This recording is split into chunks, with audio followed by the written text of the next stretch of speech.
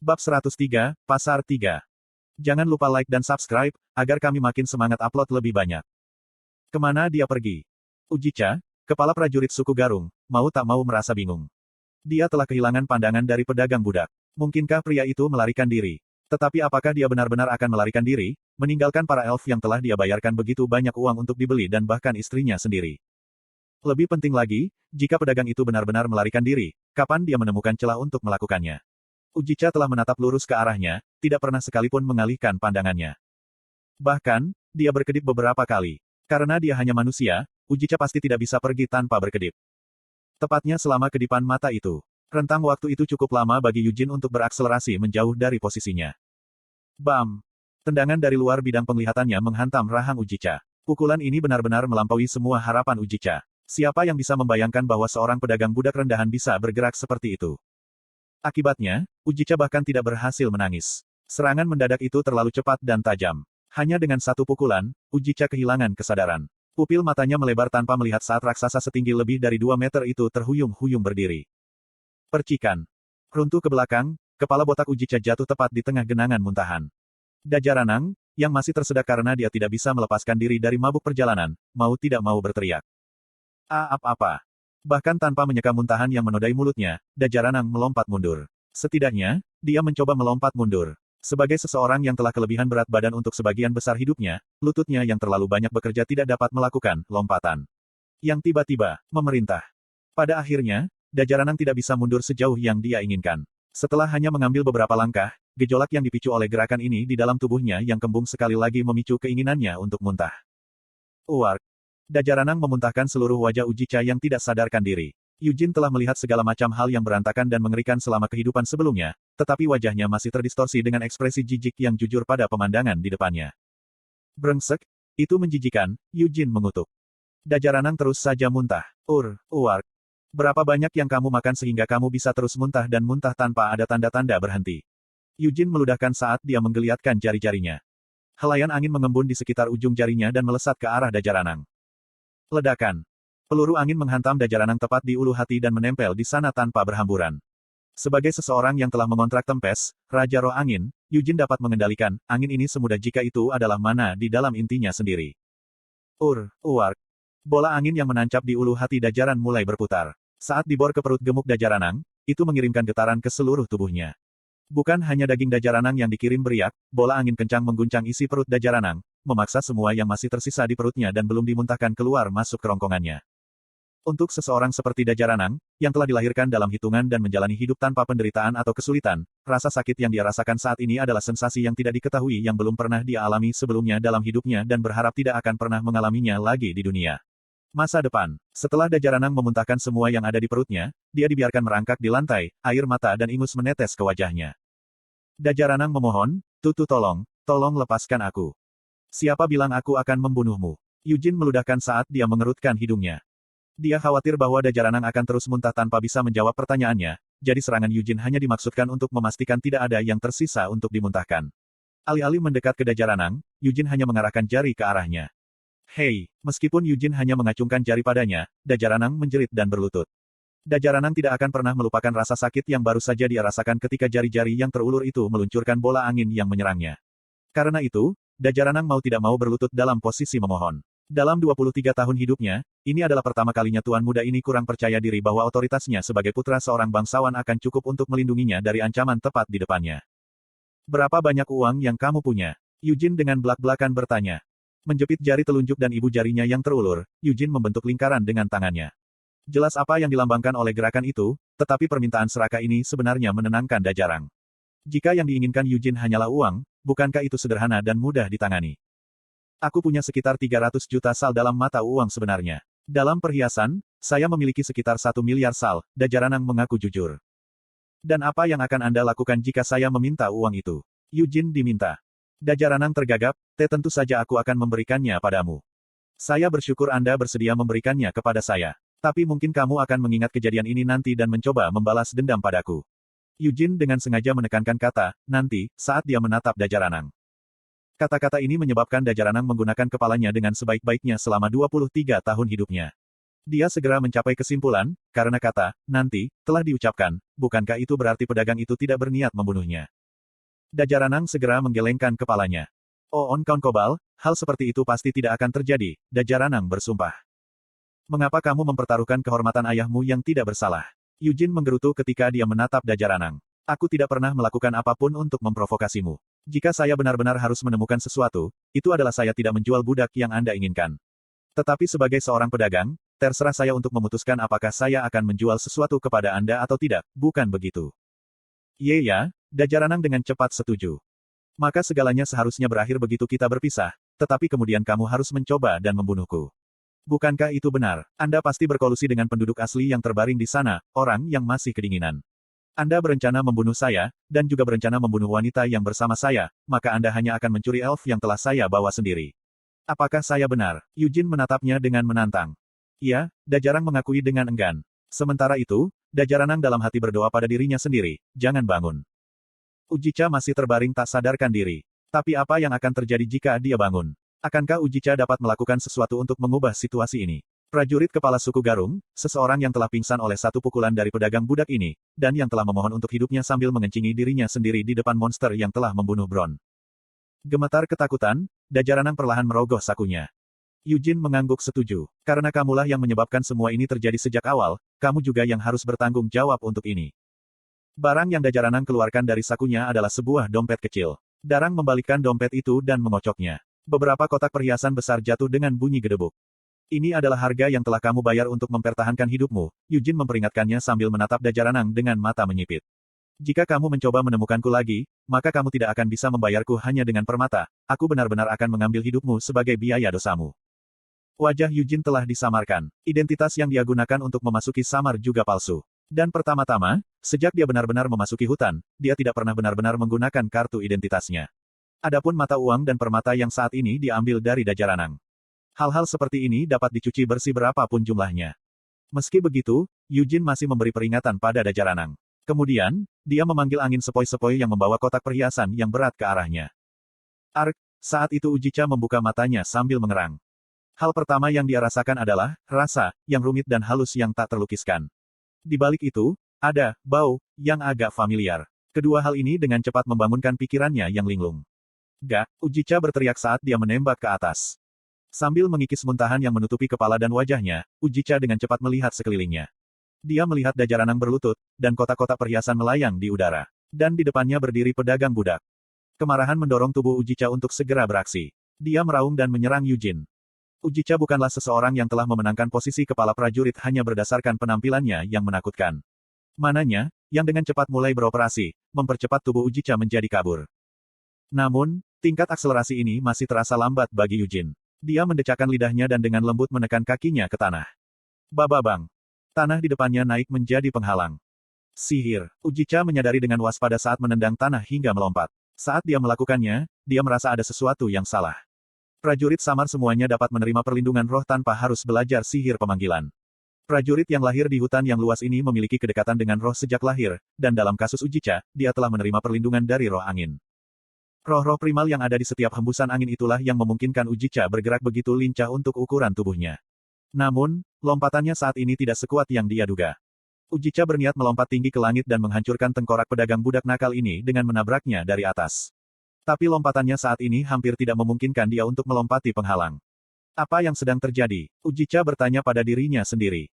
Alasannya cukup sederhana. Roh primitif tanpa kehendak mereka sendiri tidak bisa menolak perintah dari roh yang lebih tinggi, dan semua angin di daerah itu berada di bawah kendali Yujin. Dengan kata lain, kompatibilitas Ujica dengan Yujin adalah yang terburuk. Yujin melambaikan tangan kanannya ke arah Ujica. Astaga! Embusan angin besar menelan Ujica. Embusan kemudian berubah menjadi badai pedang, merobek pakaian Ujica menjadi berkeping-keping. Gaak! Ujica berteriak saat dia berjuang di tengah angin puyuh yang mengiris ini. Yujin menatap Ujica dengan ekspresi acuh tak acuh di wajahnya. Tidak seperti kulit kepalanya yang tidak berbulu, tubuh Ujica ditutupi rambut tebal. Yujin mengangguk pada dirinya sendiri dan mengepalkan tangannya. Bang! Konten iklan. Hembusan angin meledak. Dengan tubuhnya yang tertiup angin, Ujica membuat semua rambutnya tercabut dari akarnya oleh ledakan, tidak meninggalkan sehelai pun di belakang. Kiyah! Ujica menjerit bernada tinggi saat dia mengalami rasa sakit yang belum pernah dia rasakan sebelumnya dalam hidupnya. Ujica yang dicukur halus jatuh ke tanah, tetapi dia tidak berhasil mendarat di kakinya. Yujin mengangkat embusan angin lain yang mengangkat Ujica kembali ke udara. Lepaskan aku. Ujica menuntut saat dia mencoba entah bagaimana bergulat dengan dirinya sendiri untuk bebas dari cengkeraman angin. Inti Ujica bergejolak saat dia memeras semua yang dia bisa dari mana dan dengan sungguh-sungguh berdoa kepada roh-roh yang telah memberinya perlindungan. Selain itu, ia bahkan mengaktifkan sihir perang suku Garung. Sihir perang suku Garung meminjam kekuatan jiwa. Itu bisa dilihat sebagai semacam necromancy. Bukan hanya Garung, ada beberapa suku yang menggunakan sihir pertempuran jenis ini yang berasal dari necromancy, dan teknik yang digunakan Ujica bukanlah hal yang aneh di Samar. Tapi itu adalah sesuatu yang menurut Yujin tidak boleh digunakan. Yujin merasakan jiwa-jiwa yang ditarik ke Ujica. Itu mirip dengan bagaimana ilmu hitam bisa memanggil roh-roh yang membenci dan sepenuhnya menghapus diri mereka dari kehidupan masa lalu mereka. Sungguh menjijikkan, pikir Yujin dengan cemberut.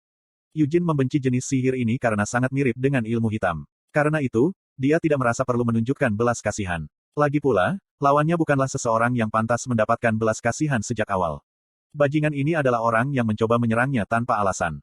Uap. Dajaranang menutup telinganya, tubuhnya gemetar saat dia mencoba menahan teriakan yang datang dari atas kepalanya. Ada juga suara berderak dan letupan saat tulang Ujica dipelintir secara paksa.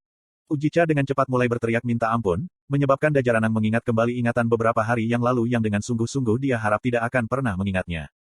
Itu adalah ingatan monster yang telah merobek Bron menjadi dua bagian dengan begitu mudah. Mata binatang mereka yang memancarkan emas dari balik tudung mereka, dan taring tajam yang muncul setiap kali bibir monster itu membentuk senyuman. Aku hanya ingin kembali, Dajarang berdoa dengan putus asa. Kembali ke rumahku, ke Simuin. Suara jeritan Ujica mulai memudar. Itu bukan karena jeritan telah berhenti, sebaliknya, sumber jeritan itu dengan cepat terbang menjauh dari Dajarang. Akankah seorang manusia dapat bertahan hidup jika anggota tubuhnya dipelintir seperti pretzel dan kemudian dilempar ke kejauhan? Bahkan jika takdir memungkinkan mereka untuk bertahan hidup, bagaimana mereka bisa terus hidup di hutan liar ini dengan tubuh yang tidak bisa bergerak sendiri? Tapi tidak ada yang penting bagi Yujin. Dia mengemasi kotak perhiasan di dalam jubahnya, lalu dia kembali ke gerobak. Semoga kamu memiliki kematian yang damai, Christina berdoa ke arah yang telah diterbangkan oleh Ujica dengan tangan tergenggam di depannya. Kata-kata ini terasa seperti lelucon buruk bagi Yujin, dia mencibir dan berkata, sungguh konyol mengharapkan kematian yang damai untuknya. Jika dia entah bagaimana berhasil bertahan hidup, dia menghadapi nasib yang lebih buruk daripada kematian, dan bahkan jika dia beruntung dan mati begitu dia menyentuh tanah, dia masih harus menderita semua rasa sakit itu sebelum dia mati. Namun, setelah kematiannya, dia mungkin menemukan kedamaian, jawab Christina sambil tersenyum lembut. Ya, dia sama bengkoknya seperti yang diharapkan.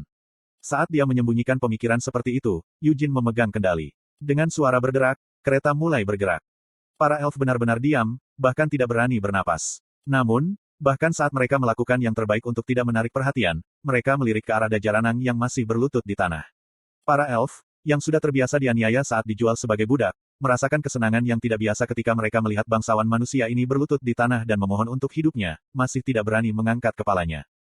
Hal yang sama berlaku untuk Lavera. Dia menyentuh lubang bekas luka yang dulunya adalah mata kanannya sebelum ditusuk dengan pedang oleh mantan tuannya dan kemudian dibakar.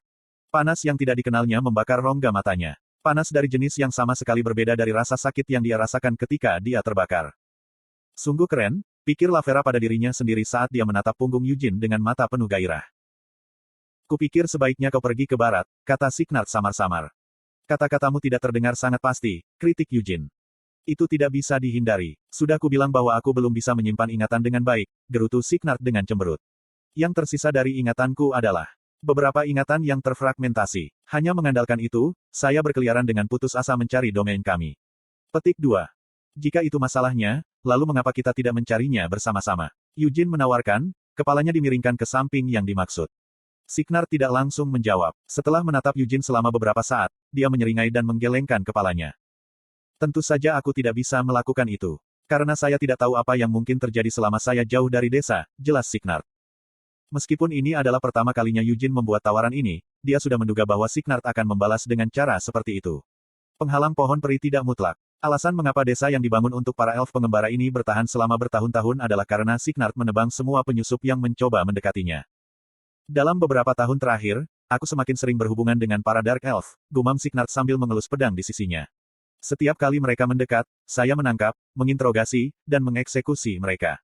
Dengan melakukan itu, saya bisa mengikuti perkembangan situasi. Saya pernah mendengar bahwa koruptor, Iris, telah mencoba menginfeksi lebih banyak elf dengan korupsinya untuk mengamankan posisinya. Petik 2. Yujin mendengarkan dengan tenang.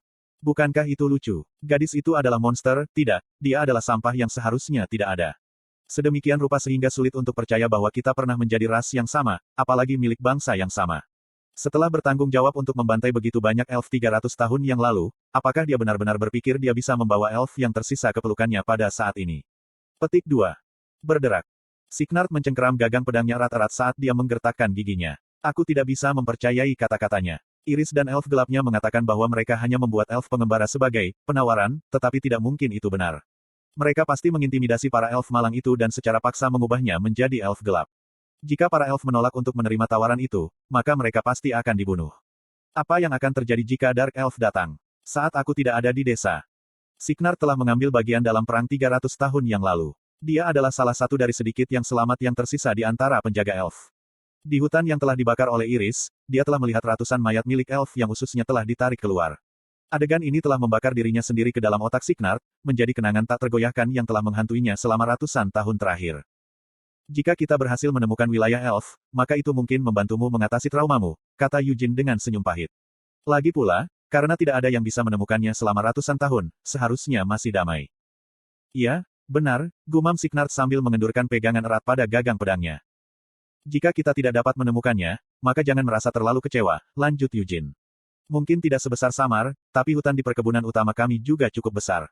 Itu tidak akan membuat perbedaan nyata bahkan jika sekitar 100 elf mulai hidup di dalamnya. Lebih dari itu, seharusnya jauh lebih aman, desah Signard sambil menatap Eugene dengan ekspresi lega. Terima kasih, Hamel. Agen mencoba menepisnya, apa yang kamu katakan tiba-tiba? Karena jika kamu tidak datang ke sini, aku tidak akan memiliki harapan untuk membawa para elf meninggalkan desa ini dengan selamat. Karena itu saya harus mengucapkan terima kasih, jelas Signard dengan tulus. Yah, apa lagi yang bisa kukatakan? Eugene menerima ucapan terima kasih ini dengan mendengus dan berdiri. Jadi bagaimanapun juga, aku harus pergi ke barat dari sini. Apakah ada hal lain? Sejak ratusan tahun telah berlalu, semua landmark juga harus berubah, aku Signard sambil mengangkat bahu. Bajingan tidak berguna, ejek Eugene. Saat menuju ke barat, perhatikan baik-baik daunnya. Jika Anda melakukan itu, maka Anda mungkin harus dapat menemukan jalan ke wilayah itu. Signard menurunkan pandangannya dan menghela nafas. Saya khawatir saya tidak punya saran lain untuk Anda. Kalau begitu hanya itu yang perlu saya ketahui. Aku akan segera berangkat. Eugene menepuk bahu Signard dan meninggalkan gubuk. Christina sudah menunggunya di pintu masuk desa. Setelah membungkuk kepada Signard, yang mengikuti di belakang Eugene, dia menoleh ke Eugene dan bertanya, apakah kita akan pergi sekarang? Ya, Eugene mengkonfirmasi dengan anggukan. Christina bukan satu-satunya yang menunggu mereka di pintu masuk. Semua elf yang tinggal di desa ini keluar untuk mengantar mereka pergi. Tampaknya ada orang percaya yang menyembah Dewa Cahaya di antara mereka, karena beberapa elf menyatukan tangan dan mengangkat doa kepada Christina. Tidak, bukan hanya Christina. Beberapa elf juga menatap Eugene dengan mata penuh harap. Tatapan seperti itu tidak asing baginya. Ini berat, pikir Eugene pada dirinya sendiri. Apakah itu di masa lalu atau sekarang, tatapan penuh harapan seperti itu terasa sangat berat. Tetapi apakah para elf memiliki pilihan selain berdoa dengan sungguh-sungguh untuk kesuksesan Eugene dan Christina?